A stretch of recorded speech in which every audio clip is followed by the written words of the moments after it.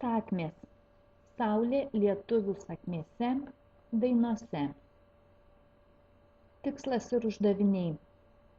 Pagal bruožus atpažinti sakmės žanrą, mokėti raiškiai skaityti ir pasakoti liaudies kūrybą, sužinoti apie Saulę iš mokslinio teksto.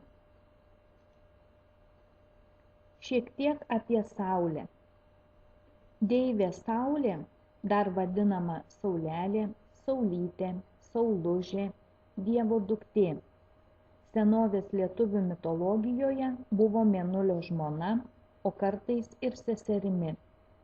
O visos žvaigždės – Žemė, Aušrinė, Vakarinė – dukterimis. Saulė vadinta šviesioji, švitrioji, meilioji Saulelė. Deivė, dangaus šeimininkė ir gyvybės teikėja. Saulei šviečiant retai pasirodančios blogos dvasios demonai. Ji ištirpdo sniegą ir ledą, neleidžia šalčiui sušaldyti medžių, išaugina gražius žmones. Ji visus žmones lygiai myli, visiems lygiai šviečia. Saulės gyvenimas laikytas amžinu, niekad nesibaigiančiu. Ji gimsta žiemą ir toliau auga, bręsta visą metų ratą, kol vėl grįžta žiema. Saulės ženklai Lietuvoje yra vieni seniausių. Tai lygūs arba ornamentuoti skritinėliai, amuletai, spinduliuoti apskritimai, rombai. Žalvario amžiuje pasirodė saulinės apvalios segės ir smeigtai. Saulė reiškia įvairaus pavidalo svastikos. Saulė šešiakampė žvaigždė, labai populiari liaudies mene, architektūroje, prieverpstėse, paminkluose.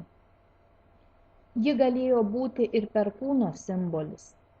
Roželė, Saulės ir pasaulio medžio ženklas mūsų juostose ir audiniuose. Saulei tekant buvo atliekami patys svarbiausi darbai, pradedami visi žygiai. Per vestuves jaunikis pas nuotaką vyksta, nuotaka iš savo gimtųjų namų pas vyrą iškeliauja, taip pat skersdavo gyvulius. Saulei leidžiantis, žmonės baigdavo darbus, bijodami, kad jiems nepakenktų blogosios dvasios. Miegas, leidžiantis Saulei, buvo vadinamas Saulės miegu. Taigi, galime daryti tokią išvadą, kad lietuviai Saulę labai mylėjo, gerbė, kalbėjo jai maldas.